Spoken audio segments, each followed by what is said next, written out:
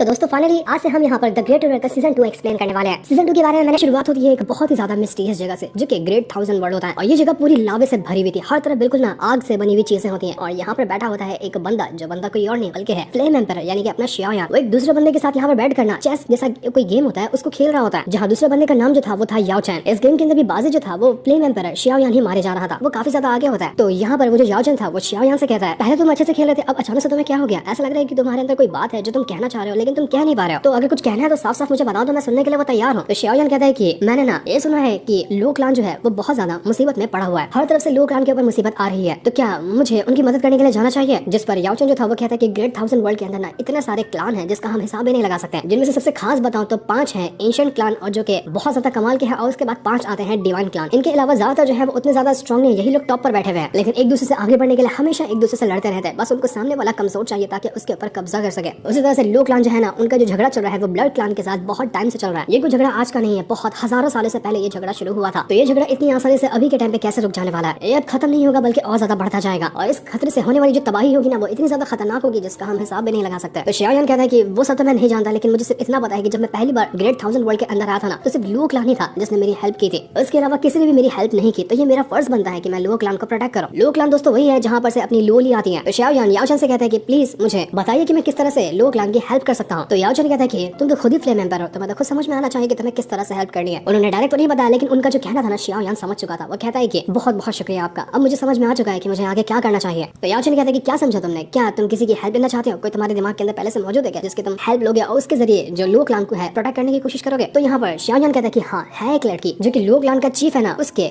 Grand daughter के बहुत ज्यादा करीब है, लेकिन असल में वो लड़की है कौन इसके बारे में तो शियाओयान ने नहीं बताया। तो अब हम यहाँ पर फायर ग्रेड एकेडमी का सीन देखते हैं, जहाँ पर बहुत सारे डिसाइपल खड़े हुए थे, और उन्हीं में वहाँ पर आती है लोली, जो कि इस सीजन में थोड़ी सी ज्यादा अच्छी ही नजर आ रही है, लेकिन उसका भोलापन जो था ना पिछले सीजन वाला वो थोड़ा सा कम लग रहा है। यहाँ पर मूचन के बाकी दोस्त वगैरह भी होते हैं, और वहाँ पर मूचन भी मौजूद होता है। तो लोली को सभी लोग यहाँ पर देखकर काफी ज्यादा खुश हो चुके थे कि लोली तुम आ गए। साथ ही साथ मूचन जो था वो भी लोली को देखकर खुश हो चुका था। ये सब के सब लोग यहाँ पर आकर खड़े हुए थे मास्टर का इंस्ट्रक्शन लेने के लिए कि वो कंपटीशन के बारे में क्या बताने वाले हैं। तो सभी लोग कहते हैं कि हमने तो सुनकर रखा है कि इस बार का जो हंटिंग बैटल होने वाला है ना, उसमें जो इनाम वगैरह मिलेंगे, रिवॉर्ड वगैरह मिलेंगे, वो अब तक के सबसे ज्यादा कमाल के होंगे। लेकिन जब रिवॉर्ड अच्छे मिलने वाले हैं तो जो ये हंटिंग वॉर कंपटीशन होगा उसको और ज्यादा खतरनाक भी बना दिया जाएगा। तो इसको जीतना भी बहुत ज्यादा मुश्किल हो सकता है, लेकिन कुछ भी क्यों ना हो जाए, हमें तो इस हंटिंग वॉर के कंपटीशन के अंदर अच्छा परफॉर्मेंस दिखाना ही होगा, क्योंकि हेवनली रैंकिंग के ऊपर अपना नाम दर्ज करवाना है ना, तो उसके लिए ये हंटिंग वॉर कंपटीशन ही होता है जिसको हमें अच्छी तरह से जीतना पड़ता है। जो जितना अच्छा परफॉर्मेंस दिखाएगा उसी का नाम आता है हेवनली रैंकिंग के ऊपर। जिसके बाद देखते देखते वहाँ पर ना बहुत ज्यादा ऑरा फैलने लग जाता है। ये ऑरा काफी ज्यादा मिस्टीरियस था, ऐसा लग रहा था कि मास्टर यहाँ पर एंट्री मार रहे हैं, और देखते ही देखते वहाँ पर एक बहुत ही मिस्टीरियस सा पोर्टल क्रिएट हो चुका था। जैसे पोर्टल क्रिएट हुआ, अंदर से मास्टर वगैरह जो है ना वो निकल कर बाहर आते हैं, ताकि सभी को यहाँ पर आने के बाद हंटिंग वॉर कंपटीशन के रूल्स वगैरह बता सके कि किस तरह से उनको ये लड़ना है। तो सारे के सारे जो थे वो मास्टर को ग्रीट करना शुरू कर देते हैं। मास्टर यहाँ पर आने के बाद कहने लग जाते हैं कि मैं उम्मीद करता हूँ कि तुम जितने भी लोग हैं ना जो इस हंटिंग वॉर के अंदर जा रहे हो, वहाँ जाने के बाद तुम्हें कामयाबी मिले, और स्पिरिचुअल लाइट जब वहाँ जाने के बाद एक अपॉर्चुनिटी होती है उसको तुम हासिल कर सको, क्योंकि अगर तुमने इसको हासिल किया तो आने वाला जो हमारा अकेडमी कंपटीशन होगा जो कि कुछ दिनों बाद होने वाला है, उसमें तुम बहुत अच्छा परफॉर्मेंस दिखा सकते हो। और मैं तुम्हें यहाँ पर बता दूं कि जब तुम उस आने वाले अकेडमी कंपटीशन के अंदर अच्छा परफॉर्मेंस दिखाओगे ना, तो तुम्हें परफॉर्मेंस के हिसाब से ही फायर ग्रेड अकेडमी के स्लॉट्स वगैरह दिए जाएंगे। मतलब फायर ग्रेड अकेडमी के अंदर किसको कौन सा कोर डिसाइपल बनाया जा सकता है, किसको नॉर्मल डिसाइपल बनाया जाएगा, और किसी को अलग तरह का डिसाइपल बनाया जाएगा। तो जितना अच्छा परफॉर्मेंस तुम दिखाओगे अकेडमी कंपटीशन के अंदर, उसी के हिसाब से तुम्हारा आगे का जो फ्यूचर होगा वो डिसाइड किया जाएगा। तो तुम समझ रहे हो, पहले तुम्हें हंटिंग वॉर में अच्छा परफॉर्मेंस दिखाना है, इसमें कामयाबी हासिल करनी है, उसके बाद बारी आएगी अकेडमी कंपटीशन की, देन उसके बाद तुम जा सकते हो फायर ग्रेड अकेडमी के अंदर एक अच्छे पोजीशन के ऊपर। उम्मीद है कि जो मैंने यहाँ पर तुम्हें समझाया है उसको तुम समझ चुके हो, पूरी जी जान लगाकर तुम जितना भी कंपटीशन होगा उसमें अच्छा परफॉर्मेंस दिखाओगे। वैसे हमारी जो अकेडमी है इसका जो परफॉर्मेंस था ना इससे पहले वाले साल का वो बहुत ज्यादा बुरा था, हम बहुत ज्यादा नीचे थे, और हमारी बाकी की अकेडमीज जो थी उन्होंने अच्छा परफॉर्मेंस दिखाया था। तो मैं इस साल ये चीज नहीं चाहता, मैं नहीं चाहता कि इस साल भी हमें वही शर्मिंदगी महसूस करनी पड़े जो कि इससे पहले करनी पड़ी थी। मैं चाहता हूँ कि तुम लोग यहाँ पर इस बार का जीतो हंटिंग वॉर का कंपटीशन, और हमारी जो अकेडमी है उसका नाम रोशन करो, जो कि इससे पहले कभी नहीं हो पाया है। तो मुझे इनकी दोस्त आनरन जो है ना वो कहती है कि इस बार तो हमारे साथ चैन भी है, जो कि बहुत अच्छा कल्टिवेटर है हमारी अकेडमी का, और उसी के साथ साथ हमारे पास और भी कई सारे ऐसे जीएस वगैरह हैं जो कि हेवनली रैंकिंग के लिस्ट में आते हैं। तो जब वो लोग हमारे साथ है ना, तो हम लोग इस बार के हंटिंग वॉर के कंपटीशन के अंदर अच्छा परफॉर्मेंस दिखाएंगे। उम्मीद है कि जो इससे पहले कभी नहीं हुआ ना वो इस बार जरूर होगा। तो दूसरी अकेडमी के जो डिसेबल थे वो लोग एंट्रेंस से कहने लग जाते हैं कि तुमको क्या लगता है कि हमारी अकेडमी में लूजर भरे हुए क्या, हमारे पास कोई जीनियस नहीं हो सकते? वो तो आगे ही पता चलेगा तुम्हें कि किसकी अकेडमी में ज्यादा कमाल के जीनियस हैं जो इस हंटिंग वॉर के कंपटीशन को जीतते हैं। तो मास्टर जो थे वो कहने लग जाते हैं कि तुम्हें पता होगा कि वो जो ड्रैगन है ना वो बहुत ज्यादा घटिया इंसान है, वो आज भी हो सकता है कि वहीं पर घूम रहा होगा। उसने न जाने अब तक के कितने ही सारे हमारे डिसेबल को जान से मार डाला। जो भी अकेडमी के बाहर कंपटीशन वगैरह में पार्टिसिपेट करने के लिए जाते हैं तो इस बार में तुम्हारा सबसे बड़ा जो खतरा होगा ना वो ड्रैगन सन ही होगा। अगर ड्रैगन सन ने कभी भी हमारे किसी भी डिसाइपल को नहीं मारा होता तो ये हंटिंग वॉर का कंपटीशन छोड़ो, एकेडमी का जो कंपटीशन आता है ना उसको भी हमने कब का जीत लिया होता। हम कोई भी कंपटीशन कभी हारते ही नहीं। अब तक हमें जितना भी नुकसान उठाना पड़ा है ना उसका सिर्फ एक ही इंसान जिम्मेदार है जो कि है ड्रैगन सन। हमारी नॉर्थन स्पिरिचुअल एकेडमी जो है ना वो हजारों साल से यहाँ पर मौजूद है। हमने बहुत सारे उतार चढ़ाव देखे हैं, लेकिन कितनी भी परेशानियां क्यों नहीं आ गई, लेकिन हमने कभी भी अपने कदम पीछे नहीं किए। हम बस आगे बढ़ते रहे और उम्मीद है कि आगे भी इस तरह से बढ़ते जाएंगे। यही चीज तो है जो हमारे एकेडमी को एक बहुत अच्छी शान देता है। तो बाकी डिसाइपल भी सुनकर बहुत ज्यादा खुश हो जाते हैं मास्टर की मुझसे अपनी तारीफ वगैरह। तो वो सभी मास्टर को ग्रेड करते हुए कहते हैं कि हम हमारी एकेडमी को ना और ज्यादा बेहतर बनाने की कोशिश करेंगे, आपको फिक्र करने की जरूरत नहीं, सब कुछ बिल्कुल बढ़िया होगा। तो मास्टर यहाँ पर कहते हैं कि मैं तुम्हें एक और बात बताना चाहता हूँ कि तुमने ड्रैगन फिश ऑफ बेमिंग के बारे में तो सुना ही होगा। और दोस्तों ड्रैगन फिश ऑफ बेमिंग वही था जिसका ब्लड एसेंस ना जियो मूचेन को लाने के लिए कही थी बहुत टाइम से। तो मास्टर कहते हैं कि ड्रैगन फिश ऑफ बेमिंग जो है ना वो यहाँ पर खुद स्पिरिचुअल लाइट जो हंटिंग वॉर के अंदर शामिल है उसके इन्फ्यूजन के टाइम पे मौजूद होंगे, वो खुद इसको परफॉर्म करने वाले हैं। तो जो भी टॉप परफॉर्मर होगा जो कि स्पिरिचुअल लाइट को हासिल करेगा ना उसको मौका मिल सकता है ड्रैगन फिश ऑफ बेमिंग से मिलने का। तो लोली मूचेन से कहती है कि अगर यहाँ पर खुद ड्रैगन फिश ऑफ बेमिंग जो है वो इस स्पिरिचुअल लाइट को परफॉर्म करने वाले हैं ना तो मुझे तो लगता है कि बहुत ज्यादा कमाल की चीज होगी। तो तुम्हें ना उस चीज को हासिल करने के बारे में पूरी कोशिश करनी चाहिए। मुझे लगता है कि तुम ये करके दिखाओगे। तो मूचेन भी कहता है कि मुझे तो यहाँ पर जियो ने पहले से ही उस ड्रैगन फिश ऑफ बेमिंग से मिलने के लिए कहा है, तो मुझे ये अपॉर्चुनिटी हासिल करनी होगी, मुझे स्पिरिचुअल लाइट भी हासिल करनी होगी, तभी जाकर मैं उससे मिल सकता हूँ। तो वहीं पर दो बंदे भी होते हैं जो आपस में बातें करते हुए कह रहे थे कि यहाँ पर कितने भी लोग क्यों ना आ जाए, लेकिन अगर रियल टक्कर की बात की जाए ना तो हम दोनों के अंदर ही होने वाली है, क्योंकि बाकी लोग तो हमारे मुकाबले के बिल्कुल भी नहीं है। तो दूसरा वाला बंदा कहता है कि देखो वो सारी बातें छोड़ो, पहले हमें इस चीज पर ध्यान देना है कि किस तरह से हम ना स्पिरिचुअल क्रिस्टल को हासिल कर सके। अगर हमने बहुत सारे स्पिरिचुअल क्रिस्टल हासिल किए ना तो उसके बाद हमें मौका मिलेगा पनिशमेंट हॉल जो है ना वहाँ के 3 जनरल से मुकाबला करने का, उनको चैलेंज करने का। इसके बाद यहाँ पर मास्टर जो थे वो इस हंटिंग वॉर का जो कंपटीशन है ना इसको शुरू करवा देते हैं। सारे के सारे लोगों को किसी अलग ही जगह पर जाकर छोड़ दिया गया था। ये जगह का नाम था स्पिरिचुअल लाइट रेल्म। यहाँ पर ना बहुत सारे बीस्ट वगैरह है जिनको मारना है और इसी को मारकर हंटिंग की जाती है। जो जितने ज्यादा को मारेगा ना उसको स्पिरिट क्रिस्टल मिलते हैं। लेकिन यहाँ पर कुछ ऐसे भी बीस्ट हैं जो कि बाकी बीस्ट वगैरह के किंग है, अगर उनको मार दिया जाए तो उनको मारने के बाद बहुत सारे क्रिस्टल मिल सकते हैं। तो जिसके बाद जितने ज्यादा क्रिस्टल होंगे ना वही जीतेगा इस हंटिंग वॉर के कंपटीशन को। जो टॉप 3 होगा जिसके पास सबसे ज्यादा क्रिस्टल होंगे ना वही फर्स्ट, सेकंड और थर्ड की रैंकिंग को हासिल करेगा। और जो भी यहाँ पर सबसे ज्यादा क्रिस्टल हासिल करेगा ना उसको मौका मिलेगा पनिशमेंट हॉल के जो 3 जनरल है उनसे मुकाबला करने का। और अगर उन जनरल से फाइट करने के टाइम तुम लोग हार जाते हो ना तो तुमने भले से यहाँ पर फर्स्ट रैंकिंग भी क्यों ना हासिल की हो, सबसे ज्यादा क्रिस्टल क्यों ना हासिल करे हो, तब भी वो जो स्पिरिचुअल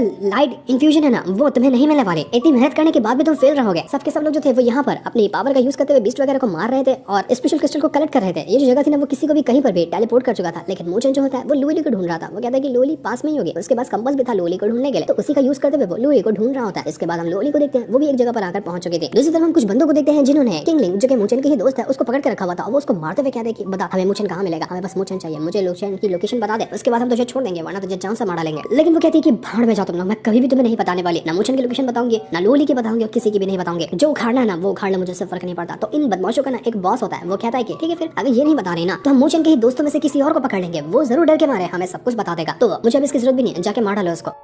तो इतना कहने के बाद उस बंदे के जो दोस्त वगैरह थे ना वो जाते हैं उसको जान से मारने के लिए। लेकिन जैसे ये किंगलिंग को मारने वाले थे इससे पहले ही वहां पर लोली भागते हुए आती है और तुरंत अपनी पावर का यूज करते हुए उन सभी बदमाशों के ऊपर अटैक करना शुरू कर चुकी थी। वो तुरंत अपनी स्वॉर्ड चलाती है और स्वॉर्ड चलाकर वो सभी की वाट लगा चुकी थी। वो तो यहाँ पर किंगलिंग को अपने कंधे पे भी बैठा लेती है और उसको लेकर वहां से भागने लग जाती है। इसके बाद लोलू जी थी वो सारे लोगों से कहती है कि तुम्हें पता भी है कि तुम लोग ये क्या कर रहे हो, आगे तुम लोगों को किसने हक दिया कि डिसाइपल के ऊपर तुम अटैक करो। तो ये सुनकर उनका जो बॉस होता है वो कहता है कि लोली तुम ना गलत समझ रहे हो, हम यहाँ पर अटैक थोड़ी ना कर रहे थे उसके ऊपर, हम तो सोनर के साथ खेल रहे थे। असल में वो जो लड़की है उसका नाम सोनर है और उसकी जो बड़ी बहन है ना उसका नाम है किंगलिन। तो वो बॉस कहता है कि हम तो सोनर के साथ खेल रहे थे, तुमने इस बात को ना गलत समझ लिया और तुमने उल्टा हमारे ही साथियों के ऊपर अटैक करने की कोशिश की। अब जिम्मेदार कौन है यहाँ पर, तुम हो, गलती तुम्हारी है। तो ये सुनकर लोली कहती कि मुझे बेवकूफ समझ कर रखा गया, अगर मैं सही टाइम पे यहाँ पर नहीं आई होती ना तो सोनर अब तक के मर चुकी होती, मुझे बेवकूफ समझने की कोशिश ना बिल्कुल भी मत करना तुम लोग। तो ये सुनकर वो बॉस कहता है कि ठीक है फिर अगर सोनर मरने वाली थी ना तो साथ में तुम भी मर जाओ। अपने साथियों से कहता है कि जाओ और इस लोली और सोनर दोनों को जान से मार डालना, किसी को भी जिंदा मत छोड़ना। तो ये देखकर वो सारे के सारे लोग अब लोली की तरफ बढ़ना शुरू कर चुके थे। वो लोग कहते हैं कि इस हंटिंग वॉर के कंपटीशन के अंदर कुछ लोग कमी हो जाए तो बेहतर ही है ना, हमें कंपटीशन जीतने में आसानी होगी। तो सारे लोग यहाँ पर लोली को मारने की तैयारी में लगे हुए थे। वो बॉस कहता है कि मैं सिर्फ एक ही चीज पर ना लोली तुम्हें छोड़ने वाला हूं, और वो चीज ये है कि मूचेन को यहाँ पर आना पड़ेगा, मेरे सामने झुकना पड़ेगा और तुम्हारी जान के लिए मुझसे भीख मांगनी पड़ेगी। अगर वो ये करता है ना तो मैं तुम्हारी जान बख्श दूंगा, वरना तुम्हें जान से मार डालूंगा और मूचेन को तो वैसे भी मैं मारने वाला हूं। तो बताओ बुला रही हो कि नहीं बुला रही हो मूचेन को, क्योंकि मुझे ना उसका भी वो जो स्पिरिट क्रिस्टल है वो चाहिए। तो लोली कहती है कि मास्टर ने पहले ही सबको मना किया था कि कोई भी एक दूसरे को मारकर उसका स्पिरिट क्रिस्टल नहीं छीन सकता, तो अब तुम यहाँ पर ये कर रहे हो ना ये बहुत गलत बात है। लेकिन बाकी लोग कहते हैं कि अरे पकड़ो इस लोली को, बहुत ज्यादा बोलती है, इसको हम कुछ करेंगे ना तो भागा भागा मूचेन खुद ही हमारे पास आ जाएगा, हमें उसको ढूंढने की जरूरत ही नहीं पड़ेगी। सारे लोग अब यहाँ पर लोली को मारने की कोशिश करते हैं लेकिन लोली रुकने वाली नहीं थी। वो तुरंत ही सोनर को एक जगह पर बैठाती है और उसके बाद वो अपनी स्वॉर्ड लिए जा चुकी थी सभी बदमाशों के साथ फाइट करने के लिए। वो अकेली होती है और जितने भी बदमाश वगैरह थे ना उन सभी के साथ अकेले फाइट कर रही थी। वो लोग अपनी पावर का यूज करते हुए लोली के ऊपर अटैक करने की कोशिश करते हैं लेकिन लोली उनको बहुत कमाल की टक्कर देती है। ये जो बैटल था वो कमाल के तरीके से शुरू हो चुका था। अकेली लोली और उसके सामने सारे के सारे लोगों की आर्मी मौजूद थी। वो यहाँ पर सोनर को भी बचाती, उसके ऊपर कोई अटैक लगने वाला होता तो अब वो यहाँ पर अपने आप को भी बचा रही थी। और उन लोगों की तादाद इतनी ज्यादा थी कि अपने आप को बचा पाना बहुत ज्यादा मुश्किल था। तो वो सोनर को पहले वहां से लेकर भागी कि कहीं उसको चोट न लग जाए, लेकिन वो बदमाश तो इसी मौके का फायदा उठाते हुए उसके ऊपर और ज्यादा अटैक करने की कोशिश करते हैं। तो लूली भी यहाँ पर भड़क जाती है कि भाड़ में गए तुम लोग, मैं भागने वाली नहीं हूँ, एक एक को काट कर रख दूंगी तभी जाकर जाऊंगी यहाँ से। वो अपनी स्वॉर्ड का यूज करते हुए स्लैश अटैक पे स्लैश अटैक मारती है। अब वो एक ही बार कहता न जाने कितने लोगों को बीच से काट चुकी थी। पर तब यहाँ पर वो जो बॉस होता है वो खुद बीच में मैदान में आ जाता है क्योंकि उसके साथ ही कुछ खास काम कर नहीं पा रहे थे। तो वो बीच में आया लूली के ऊपर अटैक करने के लिए। उसने यहाँ पर आते साथ ही लूली के ऊपर एक बहुत ही ब्रूटल अटैक दे दिया था जिस वजह से लूली का पूरा कंधा ही कट जाता है और बहुत ज्यादा खून निकल रहा था उसके अंदर से। मुझे ने देखेगा ना तो सही में कह रहा फाड़ डालेगा वो इस बॉस को। वो बॉस कहता है कि मैंने जो तुम्हारे पर अटैक दिया ना जिससे तुम्हारे अंदर से खून निकला है वो अटैक पॉइजनस था। अब यहाँ पर सरेंडर कर दो, मेरे पास उसका एंटीडोट है वरना तुम ऐसे ही मर जाओगे। बस मुशन को बुलाओ, मुझसे माफी मांगता है वो तो मैं तुम्हें एंटीडोट भी दूंगा, तुम्हें ठीक भी करूंगा और सुनो को भी कुछ नहीं करूंगा। लेकिन लूली रुकने वाली नहीं थी, वो अभी भी तैयार होती है उन सभी के साथ फाइट करने के लिए। तो ये देखकर सारे के सारे लोग एक साथ अपनी पावर का यूज करते हुए एक बहुत ही ब्रूटल अटैक बना लेते हैं ताकि लूली की जान ले सके। लेकिन लूली भी यहाँ पर अपने पावर का यूज करते हुए उनके अटैक को डिस्ट्रॉय कर चुकी थी। लूली तो सच में बहुत ज्यादा स्ट्रॉन्ग है और इसके बाद वो वहां से भाग चुकी थी। इसके बाद लूली सुनर को एक जगह पर लेकर आती है और कहने लग जाती है कि उस हियाओ ने, मुझे बॉस है ना उसका नाम है हियाओ, आखिर उस हियाओ ने हिम्मत कैसे की तुम्हारे पर इतना ब्रूटल अटैक करने की। मुझ पर अटैक किया वो तो छोड़ो, लेकिन तुम्हारे पर जो अटैक किया ना वो उसे बर्दाश्त नहीं हो रहा। क्या उसको डर नहीं लगता कि अगर वो रूल तोड़ेगा तो मास्टर वगैरह उसको पनिशमेंट देंगे? उसको तो किसी चीज का डर नहीं लग रहा है। तभी उसको ऐसा लगता है ना कि आसपास कोई और भी मौजूद है तो वो एकदम चौकन्ने हो जाती है और देखने लग जाती है कि कौन यहाँ पर मौजूद हो सकता है। तो जैसा वो बंदा सामने आ रहा था ना सीधा लूली जाती है अपनी स्वॉर्ड निकालकर उसके ऊपर अटैक करने की कोशिश करती है। लेकिन असल में यहाँ पर ये मोचन होता है जो कि लूली को ही ढूंढते हुए आया हुआ था। मोचन यहाँ पर लूली से कहता है कि अरे लूली क्या हुआ, अपने हस्बैंड को मारने की कोशिश कर रही हो, आखिर मैंने क्या बिगाड़ दिया तुम्हारा? लेकिन लूली भी मजाक के मूड में बिल्कुल भी नहीं थी, वो उदास हो जाती है। तो मोचन परेशान हो चुका था कि क्या हुआ लूली, तुम ठीक तो हो ना? वो उसको देखकर कहता है कि अरे लूली तुम्हारे अंदर पॉइजन कैसे आया, तुम ठीक तो हो, तुमने एंटीडोट दिया क्या, तुम्हारे अंदर पॉइजन तो फैलता जा रहा है। तो लूली कहती है कि छोड़ो उस बात को, मैंने वैसे भी एक पिल खा ली है जो कि मेरे ख्याल में काम कर जाएगी पॉइजन का असर कम करने के लिए, मुझे मेरी टेंशन नहीं है। तो मोचन कहता है कि बकवास बातें बंद करो, मुझे पता है कि तुम्हारे अंदर जो पॉइजन गया हुआ ना वो नॉर्मल नहीं है, वो बहुत तेजी से फैल रहा है और उसको रोकने के लिए कोई खास तरह का ही एंटीडोट होगा जो काम करेगा, वरना तुम्हारी जान खतरे में आ सकती है। बताओ तुम्हारे साथ ये किसने किया? तो सोना जो थी वो हल्का हल्का चिल्लाते हुए कहती कि ये काम ना ही आओ गया, उसने मुझे भी मारा है और उसने लूली को भी मारा है। तो मुझे इसके बाद कुछ सुनता ही नहीं, वो सीधा वहां से जाने लग जाता है ही आओ को सीधा दफन करने के लिए। लूली उसको रोकते हुए कहती है मुझे ये क्या कर रहा है, रुक जाओ, अभी ना गुस्से में आकर कुछ कदम उठाने की जरूरत नहीं है, एक बार ये कंपटीशन खत्म हो जाने दो, उसके बाद ना मैं उस ही आओ से बदला ले लूंगी, मुझे पता है कि उससे कैसे बदला लेना। लेकिन तुम कोई रूल तोड़कर अपने आप को इस कंपटीशन से डिस्क्वालीफाई मत करो, हमें सिर्फ यहाँ पर स्पिरिट क्रिस्टल हासिल करने के ऊपर ध्यान देना चाहिए, बस वो करो, बदला तो हम बाद में भी ले सकते हैं। मैं चाहती हूँ कि तुम किसी भी तरह से ना वो जो स्पिरिचुअल लाइट है ना उसको हासिल करो, मैं तुम्हें वो हासिल करते हुए देखना चाहती हूँ। लेकिन मुझे जो होता है ना सीधा का सीधा वो जो जहाँ पर लूली को चोट लगी थी और पॉइजन लगा हुआ था वहाँ पर किस करते हुए सब कुछ अपने अंदर ना चूसना शुरू कर देता है ताकि जो पॉइजन है ना उसको चूस कर वो खुद के अंदर ले ले और लूली को बचा ले। क्या कमाल का सीन था ये। मुझे कहता है कि तुमने जो कहा ना मैं वो जरूर करूंगा, मैं जानता हूँ कि यहाँ पर हमारे बहुत सारे दुश्मन हैं लेकिन मुझे उनसे फर्क नहीं पड़ता, लेकिन तुमने कह दिया ना कि मुझे स्पिरिचुअल लाइट हासिल करनी है वो मैं करूंगा, साथ दोगी ना मेरा, जैसा कि स्पिरिचुअल लाइट के अंदर तुमने मेरा साथ दिया था। तो लूली कहती है बस अपना ख्याल रखना, मुझे इससे ज्यादा कुछ नहीं चाहिए, बस मैं चाहती हूँ कि तुम अपने आप को सेफ रखो। जिस पर मुझे कहता है कि ठीक है तुम ना सोना का ख्याल रखो, उसको देखभाल करो, मैं स्पिरिचुअल जो क्रिस्टल है ना उसको कलेक्ट करके आता हूँ, किसी चीज की फिक्र मत करना, मैं हूं ना यहाँ पर, मैं सब कुछ हैंडल कर लूंगा। मुझे तो कहा था कि वो यहाँ पर हीलाओं के ऊपर अटैक करने नहीं जाएगा लेकिन वो सीधा भाग कर जाता है सबसे पहले हीलाओं को मारने के लिए। वो तुरंत वहां पर आता है और अपने पावर का यूज करते हुए उस हियाओ के ऊपर अटैक करना शुरू कर चुका था। अब वो उसको मारते हुए कहता है कि इज्जत से कह रहा हूं मुझे वो एंटीडोट दे दे, अगर तूने नहीं दिया ना तो सच बताना ऐसी बुरी मौत मारूंगा कि तूने सोचा भी नहीं होगा। तो बाकी लोग कहते हैं कि देखो देखो मुझे ना गया, इसी का तो हम इंतजार कर रहे थे, फाइनली बकरा हमारे जाल में फंस गया, अब हम इसको जाने नहीं देने वाले, जाओ और काट डालो इस मोचन को, ये जिंदा बचना नहीं चाहिए और सारा इसका जो स्पेशल क्रिस्टल है ना उसको छीन लेना। तो सारे के सारे लोग मोचन के ऊपर अटैक करने के लिए पहुंच चुके थे लेकिन मोचन भी अपने भाले का यूज करते हुए सभी के ऊपर एक से बढ़कर एक अटैक करता है। वो लोग जो थे वो अपनी पावर का यूज करते हुए जितना भी उनके पास अटैक था ना वो उसकी मदद से मोचन को मारने की कोशिश करते हैं, लेकिन मोचन हार मारने वाला नहीं था, वो इतना गुस्से में आया था कि वो रुकेगा ही नहीं, वो एक के बाद एक करते हुए सभी की लाशें बिछाया जा रहा था, इतना मारता वो सारे बंदों को जिसका कोई हिसाब ही नहीं था। कोई भी मोचन के सामने एक पल भी टिक नहीं पा रहा था, उसके ऊपर अटैक करना उसको नुकसान पहुंचाना तो बहुत दूर की बात है, वो बिल्कुल पंचिंग बैग की तरह सभी को मार रहा होता है, जिस वजह से सारे के सारे लोगों की हालत खराब हो चुकी थी। लेकिन हियाओ जो था अभी तक के बीच में आया ही नहीं था अटैक करने के लिए, उसको लग रहा था कि पहले बाकी मेरे साथी अटैक करे, मामला ठंडा कर दे, उसके बाद जाऊंगा मैं बीच में अटैक करने के लिए। लेकिन दूसरी तरफ हम लूली को देखते हैं जो बड़ी परेशानी के साथ भागते हुए जाती थी क्योंकि उसको पता चल गया कि मोचन ना यहाँ पर शांत नहीं बैठा, वो चला गया हियाओ के साथ फाइट करने के लिए, तो वो उसी को रोकने के लिए भाग रही थी। सुनर उसे कहती है कि लूली तुम क्या कर रही हो, हमें नहीं जाना चाहिए वहां पर, मुझे ने हमें कहा है कि गुफा के अंदर रहने को ना, उसको पता चला तो वो बिल्कुल नाराज हो जाएगा। पर लूली रुकती नहीं, उसको किसी भी हालत में मोचन की जान खतरे में नहीं चाहिए थी। मोचन जो था वो यहाँ पर हियाओ से कहता है कि देख आखिरी बार कह रहा हूं मुझे एंटीडोट दे दे, मैं बहुत आसान मौत दूंगा तुझे वरना तड़पा तड़पा के मारूंगा। तो ये सुनकर हियाओ जो था वो कहता है कि ठीक है अगर तेरे पास इतनी काबिलियत है ना, इतना ज्यादा तू कमाल का है, तो हर चीज करके दिखा सकता है, तो जरा मेरे पास आ और यहाँ पर आकर वो एंटीडोट हासिल कर ले। क्यों तेरे अंदर जान नहीं है क्या कि तू खुद आके एंटीडोट ले सकता है, मैं तो खड़ा हूं ना यहीं पे। तो ये सुनकर मोचन जो था तुरंत ही अपना भाला फेंक कर मारता है उस हियाओ के ऊपर, लेकिन हियाओ जो था ना वो भी अपनी पावर का यूज करते हुए मोचन के अटैक से बचने की कोशिश कर रहा था। मोचन यहाँ पर कई सारे अपने पंच अटैक का यूज करते हुए उसकी जान लेने की कोशिश करता है, लेकिन हियाओ को कुछ होता ही नहीं, हियाओ बहुत ज्यादा स्ट्रॉन्ग था, वो यहाँ पर मोचन के अटैक को रोके जा रहा था। तो मोचन भी तुरंत यहाँ पर एक के बाद एक करते हुए कई सारे अटैक करना शुरू कर दिया, लेकिन उसके सारे अटैक को वो हियाओ रोकता जा रहा था। हियाओ के अटैक को रोक पाना मोचन के लिए थोड़ा सा मुश्किल लग रहा होता है, ऐसा लग रहा था कि हियाओ कल्टीवेशन में मोचन से आगे है और उसके पास जो टेक्निक और उसके बाद जो अटैक वगैरह है ना वो भी कमाल के हैं। हियाओ जो था मोचन से कहता है कि मुझे एक बात ना बिल्कुल भी समझ में नहीं आती कि आखिर तेरे अंदर ऐसी खासियत क्या है, तो बिल्कुल किसी काम का नहीं है। देख मैंने कितना आसानी से तेरे अटैक को डिस्ट्रॉय किया और तुझे हराता भी जा रहा हूं, पर तब भी हमारी जो अकेडमी है वो तुझ पर इतना ज्यादा ध्यान क्यों देती है, इतना भाव क्यों मिलता है तुझे, ऐसा कौन सा 30 मार खाए तो जिस वजह से सारे लोग तुझ पर ही मारते हैं, कभी दूसरे को तो ऐसा कुछ एक्सपीरियंस करने को मिला ही नहीं। तो ये सुनकर मुझे जो था वो उससे कहता है कि तू हमारी दुश्मन एकेडमी से मिला हुआ है ना, तभी तू यहाँ पर इस तरह की बातें कर रहा है। तुझे डर नहीं लगता कि अगर मास्टर वगैरह को इसके बारे में पता चला तो वो तुरंत ही तुझे तेरी एकेडमी से बाहर निकाल कर फेंक देंगे। आखिर इतनी ज्यादा डेयरिंग, आखिर इतनी ज्यादा हिम्मत तुझे आ रही है उन्हीं दुश्मन एकेडमी से मिलने के बाद ना, वरना तू तो पहले इतना ज्यादा डेयरिंग वाला बंदा नहीं था। तो हियाओ कहता है कि बिल्कुल सही कहा तूने, जैसा तूने कहा ना तेरी बात 100% सच है, लेकिन तू कुछ कर थोड़ी ना पाएगा, मैं यहाँ पर तेरी अभी जान लेने वाला हूँ। वो तुरंत यहाँ पर मुझे के ऊपर अटैक करना शुरू कर चुका था। वो यहाँ पर कहता है कि ये जो नॉर्थर्न हेवन एकेडमी है ना हमारी, सबसे ज्यादा कमजोर, सबसे ज्यादा घटिया एकेडमी है। मतलब खुद पछता रहा हूँ कि यहाँ पर कैसे आ गया मैं। तो इसलिए मैं चाहता हूँ कि यहाँ से ना मैं निकलूं और बाकी की एकेडमी में अपना एडमिशन करवा, लेकिन जब मैं यहाँ से निकलूंगा ना तो उसको पूरी तरह से बर्बाद करके जाऊंगा। यहाँ के कल्टीवेशन रिसोर्सेज भी इतने ज्यादा घटिया है कि यार इतना महीना लग जाता है छोटे छोटे लेवल को ब्रेक थ्रू करने में। मुझे लगता है कि ऐसे एकेडमी में यहाँ पर रहूंगा, इससे घटिया एकेडमी मैंने कभी नहीं देखा। मुझे जल्दी से जल्दी यहाँ पर कॉम्पिटिशन वगैरह जीतने हैं और इससे बाहर निकलना। जब मुझे यहाँ से बाहर जाना ही है तो मुझे आखिर डर किस बात का हो यहाँ से बाहर निकलने का।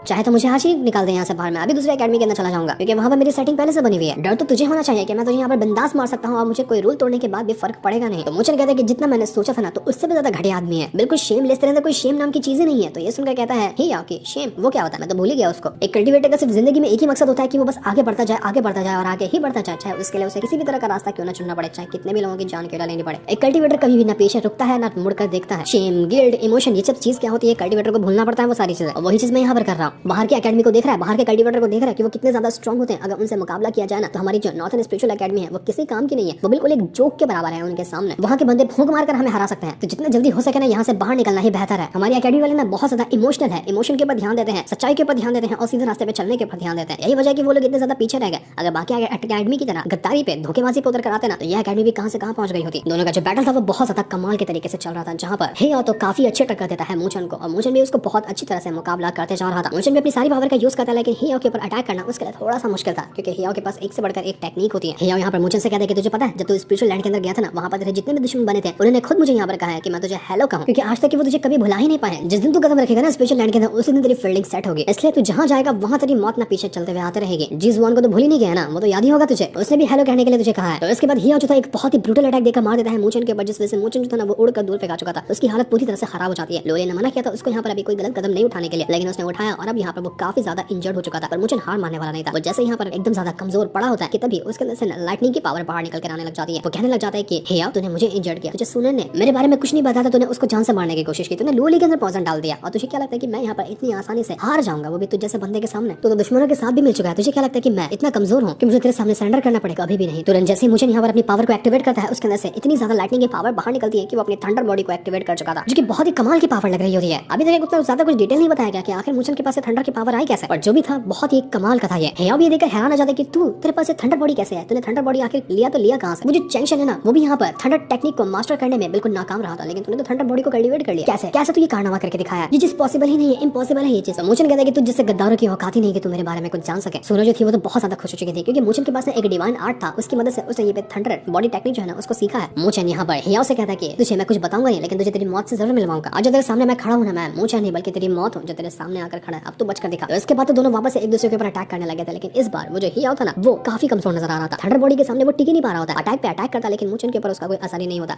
हियाओ कहता है कि तुझे क्या लगता है कि तेरी थंडर बॉडी जो है ना वो मुझे रोक लेगी? कभी भी नहीं, तू मुझे कभी नहीं रोक सकता। तेरी थंडर बॉडी भी किसी काम की नहीं है मेरे सामने, हिम्मत है तो मुझे रोक कर दिखा, मैं तेरी जान ले लूंगा। लेकिन मूचन को कुछ करने की जरूरत ही नहीं पड़ती, वो बिंदास वहां पर खड़ा हुआ था और हियाओ उसके ऊपर कितना अंधाधुन अटैक करता लेकिन मूचन के ऊपर उसका असर ही नहीं होता। तो जब हियाओ मार मार कर थक जाता है ना तो मूचन एक ही घसीट के उसको पंच के मारता है कि जबड़ा टूट जाता है एक ही बार में हियाओ का। अब तो यहाँ पर मूचन रुकने वाला नहीं था, वो अंधाधुन मार मार कर उस हियाओ की हालत खराब कर चुका था, उसको सांस लेने का मौका ही नहीं देता। हर एक सेकंड में इतने अटैक मारता है कि हियाओ की हालत खराब हो चुकी थी, वो अधमरा होने लग गया था। उसको समझ में आ चुका था कि भाई साहब गलती हो गई, मूचन से पंगा लेगा। मुझे लगा कि मूचन के पास थंडर बॉडी नहीं होगी, लेकिन अब ये नहीं रुकने वाला है। मूचन उसको मार मार कर उसकी हालत एकदम खराब कर चुका था। अब तो हियाओ के बचने के चांसेस बिल्कुल ना के बराबर थे, वो एकदम अधमरा हो चुका होता है। हियाओ से कहते हैं कि तुझे क्या लगता है कि तू जीत गया बस इस थंडर बॉडी का यूज करते हुए? मैं अभी तक के हारा नहीं हूँ, मैं ना अभी तक के रुका हूँ। वो तुरंत यहाँ पर अपनी किसी बहुत ही खतरनाक टेक्निक को यूज कर लेता है जिसका नाम था ग्रेन गॉड। ये अजीब सी टेक्निक थी जो कि पॉइजन से भरी हुई थी और ये करने के बाद ही उसने एक बहुत ही कमाल की बर्ड की स्पिरिट को समन कर लिया था जो कि फिनिक्स बर्ड जैसी लग रही होती है और उसकी मदद से वो यहाँ पर मूचन की जान लेने के लिए तैयार था। तो ये जो स्पिरिट होती है ना, दुनिया के जितने भी कमाल के बीस्ट वगैरह आते हैं उनकी रैंकिंग में 26 नंबर पे आता है, इसकी रैंकिंग है 26। तो उसी फिनिक्स ने यहाँ पर सीधा मूचन के ऊपर अटैक करने की कोशिश की थी, लेकिन मूचन भी तुरंत यहाँ पर अपनी फिनिक्स बड़ी यानी कि जुयू जो होती है ना उसको बाहर निकाल चुका था और जुयू सीधा आने के बाद उसकी रैंकिंग तो उससे कहीं गुना ज्यादा अच्छी है। तो एक ही बार के अंदर वो जो हेयाओ की जो फिनिक्स बर्ड होती है ना उसको वो डिस्ट्रॉय करके रख चुकी थी, एक पल के अंदर वो वहां पर खत्म ही हो गई। उसके खत्म होते साथ ही हेयाओ जो था ना उसकी भी हालत खराब हो जाती है, वो भी बिल्कुल अधमरा हो जाता है। अटैक इतना डेंजरस कि पूरा इलाका ही फट चुका था, पूरा इलाका ही तहस नहस हो जाता है इस अटैक की वजह से। मोचन बिंदास वहां पर खड़ा था, उसे हेयाओ के सीने के ऊपर पैर रखते हुए, और उसके बाद वो एक ही अटैक करते हुए उसकी लग रहा था कि उसने जान ले ली है, लेकिन हेयाओ मर गया। वो तो अभी हमें नहीं दिखाया जाता, लगता है कि मर ही गया होगा, जिस सीन को दिखाते साथ ही ये वाला एपिसोड यहीं पर एंड हो जाता है। Thanks for watching.